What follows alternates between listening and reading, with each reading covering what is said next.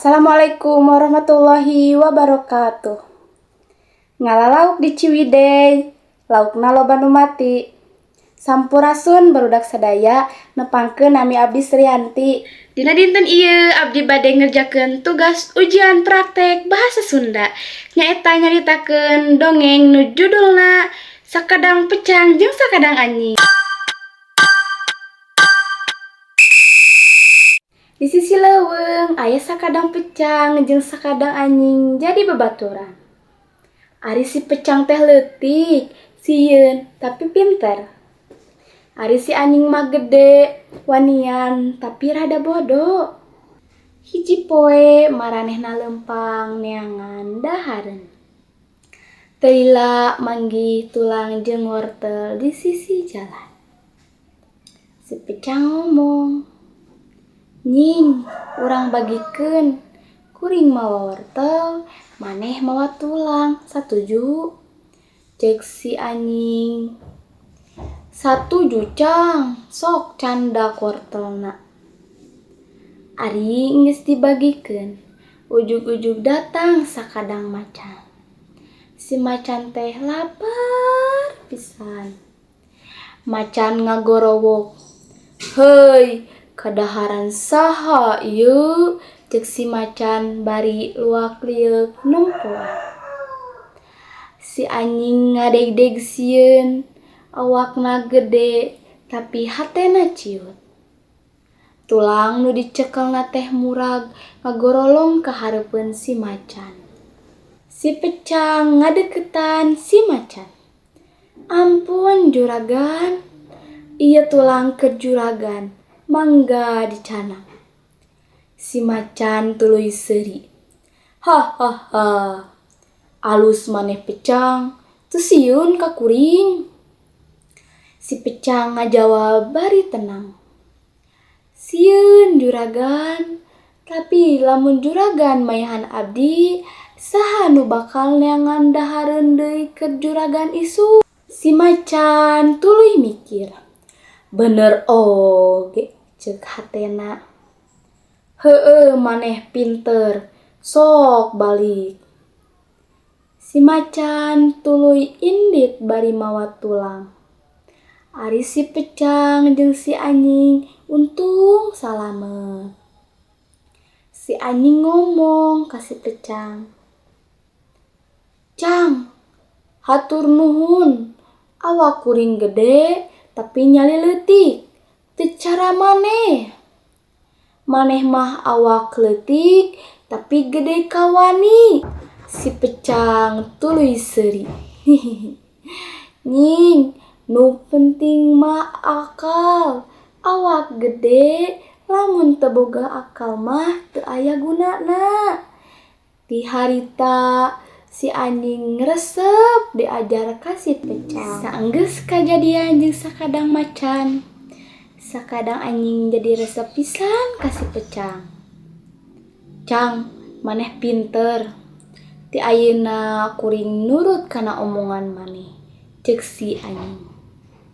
Hiji poe maranehna lempang deui ka sisi walungan. Di dinya aya kebon bonteng anu batur. Bontengna mening gararede mata kabita. Si anying langsung ngomong, "Cang, urang cokotnya, macan mah geus euweuh, aman." Si pecang gancang ngahalangan. "Ulah nying, ieu lain kebon urang. Lamun nyokot nu lain hak urang, sarua jeung maling." Si anying langsung ngahuleng, "Tapi kuring lapar, Cang. Bonteng hiji oge moal karasa ku nu bogana." Si pecang langsung ngajawab, "Nying, inget kajadian kamari. Akal dipake keur salamet, lain keur ngarugikeun batur. Lamun urang lapar, urang menta hade-hade ka nu bogana." Teu lila nu boga kebonna datang.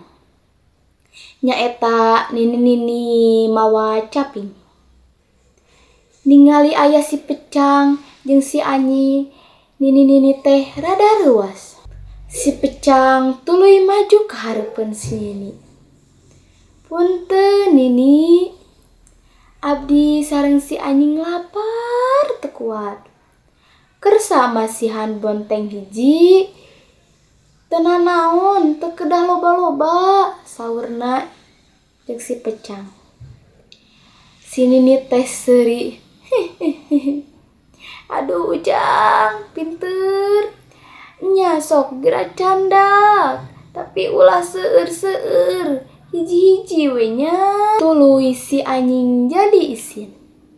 Hatena nyeri, sabab tadina mah hayang maling.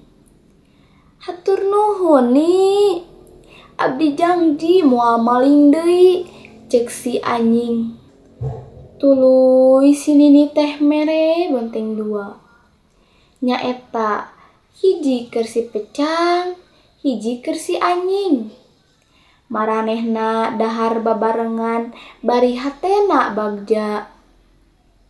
Ti saprak harita anjing jadi inget nu penting lain awak gede atawa kawani hungkul, tapi kudu jujur jeung teu saraka.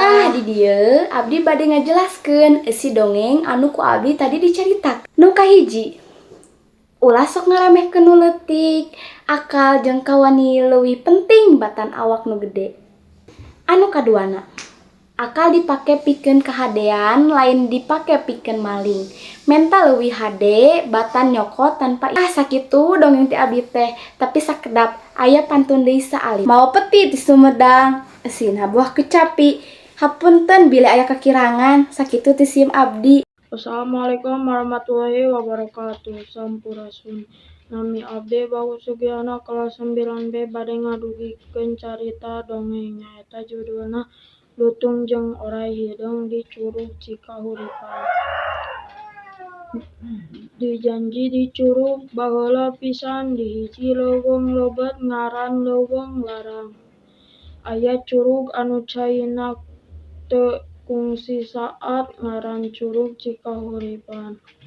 Katanya saha bae anu nginum caina bari jujur hatena bakal tenang.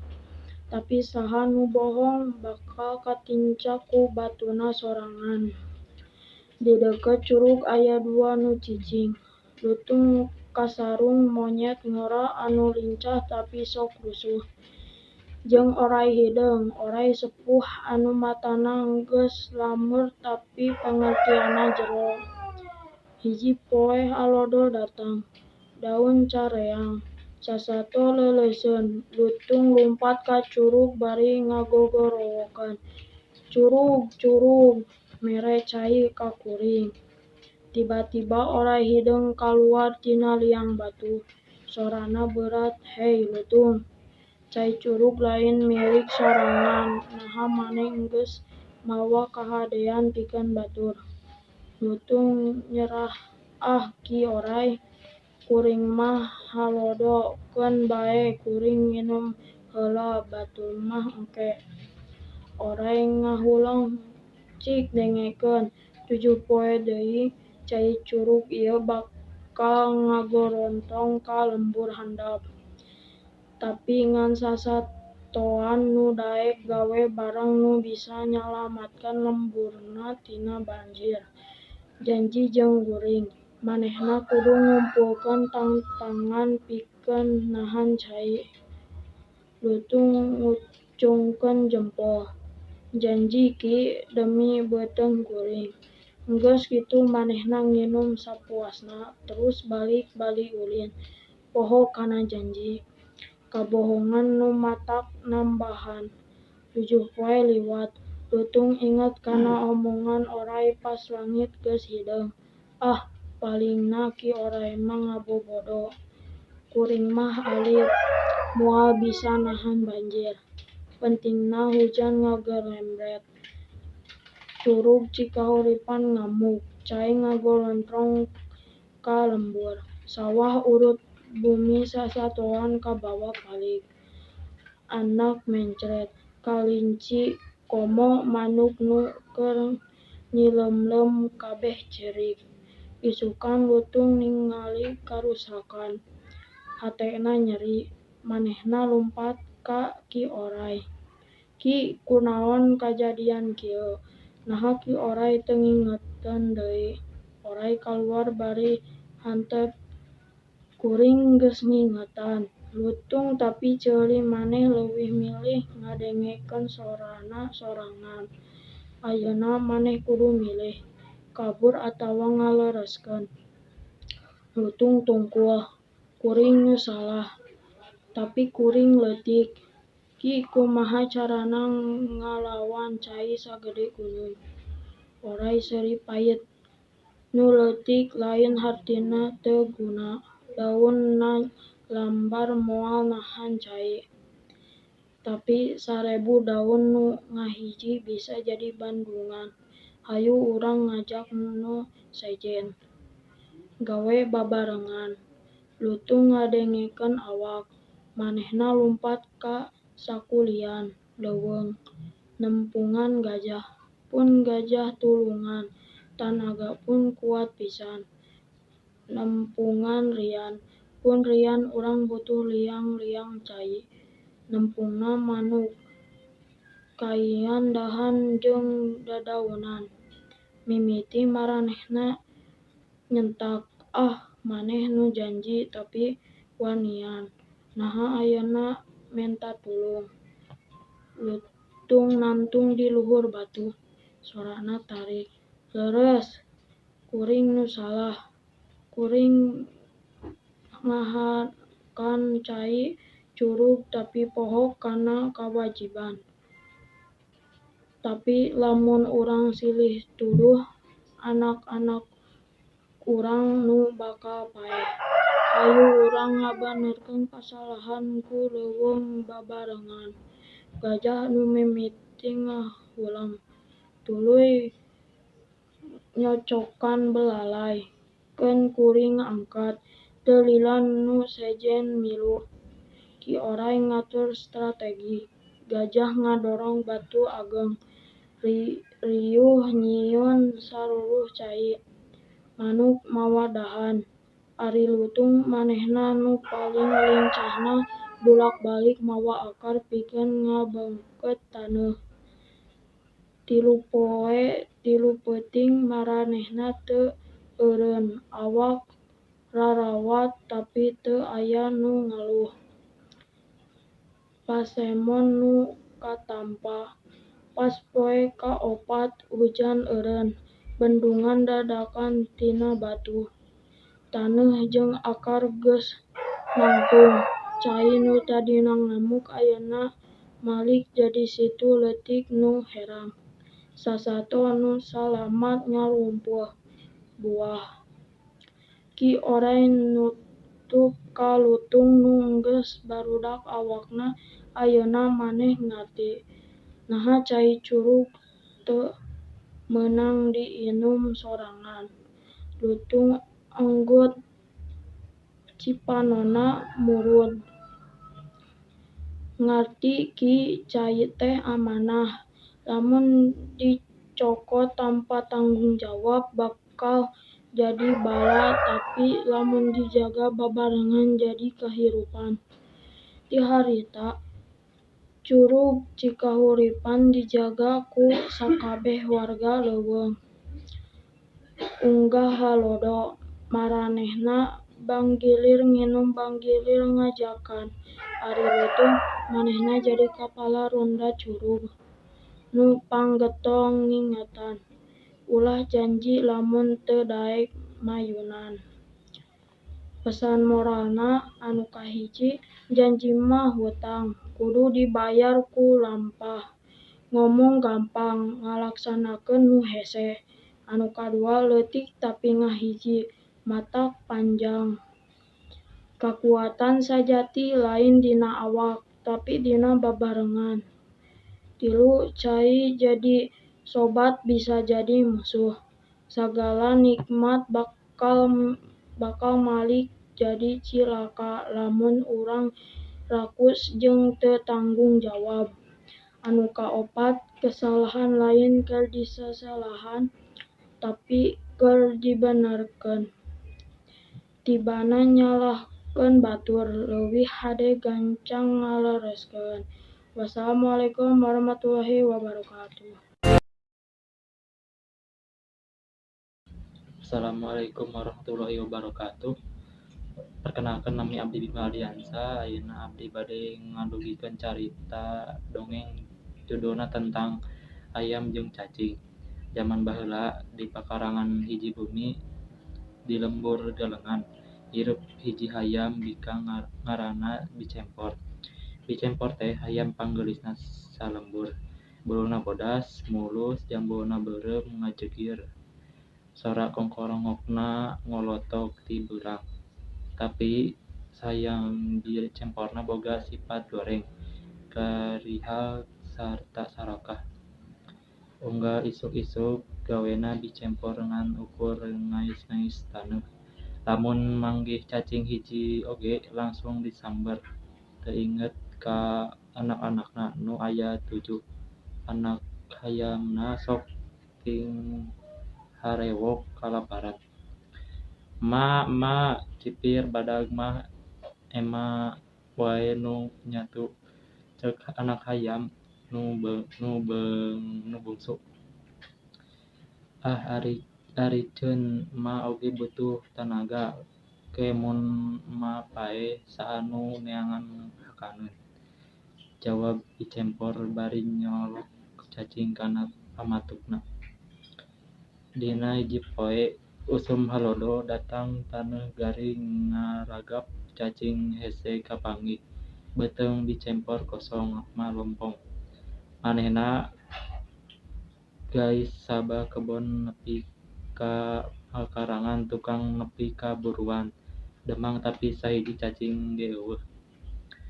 Tungtungna Bicempor gais di handapeun tangka awi. Sanggeus ngais jero pisan kuku-sukuna neunggar kana hiji barang lemes pas digali horeng teh cacing badag sagedeung indung. Leungeun buluna herang awakna gemuk. Tapi anehna cacing teh bisa nyarita. He ayam, maneh rek nyatu. Kemicek si cacing sorana leuleus tapi tegas.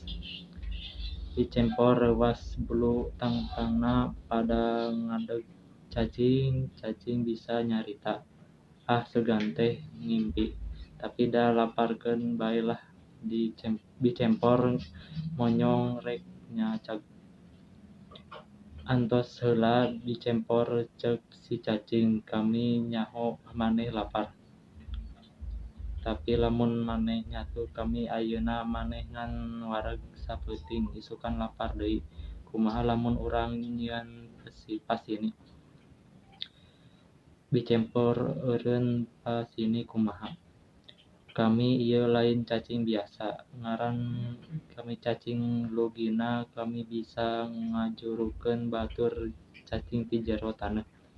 Lamun maneh teu nyatu kami unggal poe kami bakal mawa 7 cacing keur anak maneh 7. Tapi saratna hiji maneh kudu eureun sarakah, hakaneun kudu dibagi rata jeung anak, ceuk si cacing. Panaon Bicempor cacing 7 cacing unggal poe. Nya atuh untung tapi hatena masih aya rasa sarakah. Lah mending kami nyatu sia ayeuna isukan mah urusan isukan. Si cacing lugina seuri, mangga Bi tapi ingat nu sarakah mah tungtungna sangsara. Lamun maneh nyatu kami isukan taneuh di dieu bakal jadi batu. Maneh moal manggih cacing saumur-umur. Bicempor ngahuleung, beuteung lapar tapi sieun teu manggih deui. Tungtungna manehna nyereneh heug atuh. Kami satuju tapi ulah bohong nya. Isukna bener di hareupeun kandang Bicempor geus ngagoler 7 cacing gemuk. Anak hayam girang pada aratoh.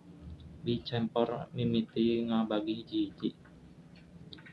Hiji poe 2 poe saminggu unga isuk salawasna aya 7 cacing bicempor mimiti gemuk anak-anakna oge. Tapi lila-lila sarakahna biji deui. Ah bosan unga poe ngan 7 anak kami geus rada gede kumaha mun kami nyatu si Lugina ayeuna. Pasti awakna nyerep kana awak kami. Kami jadi pangkuatna, pikir Bicempor. Dina hiji peuting Bicempor nyingsieun ngagali ka handapeun awi, kapanggih si cacing Lugina keur sare. Moal nyaho ieu mah, ceuk Bicempor bari monyong. Tapi pas pamatuk Bicempor rek nepi ujug-ujug taneuh ngageter tina taneuh hiji sora ngahiung. Bicempor maneh cidra janji.